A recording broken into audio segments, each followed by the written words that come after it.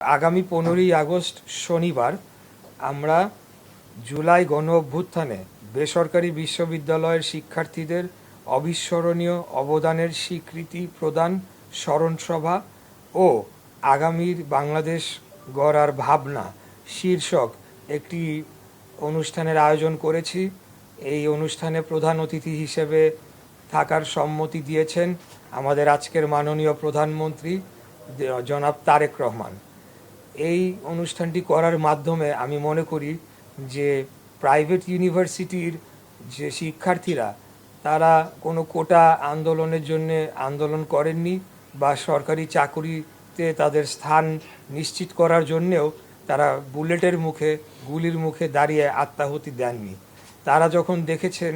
যে বাংলাদেশে একটা ভয়াবহ ফ্যাসিবাদী সরকার 17 বছর ধরে রাষ্ট্রের ঘাড়ে চেপে বসেছিল এবং জুলুম নির্যাতন অন্যায়ের চরম শিখরে পৌঁছে গিয়েছিল, এবং প্রাইভেট ইউনিভার্সিটির শিক্ষার্থীরা যখন 16-17 তারিখে উপলব্ধি করলেন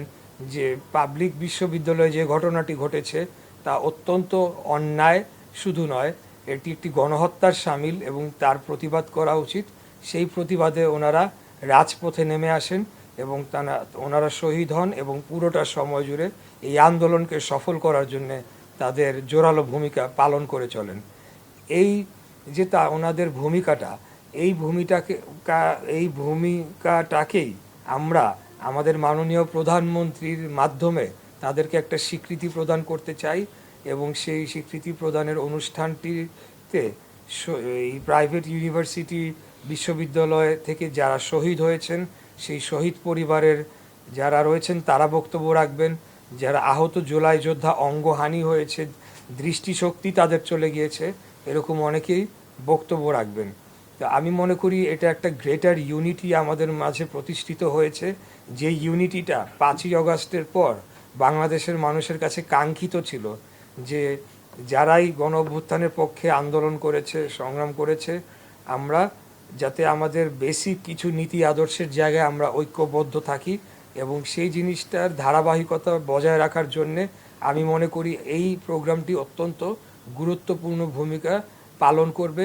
এইবারের জন্য এবং ভবিষ্যৎ দিনগুলোর জন্য পালন করবে।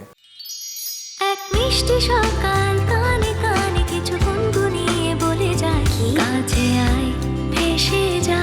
হাজার ফুলের ঠিকানায়, ছুঁয়ে দে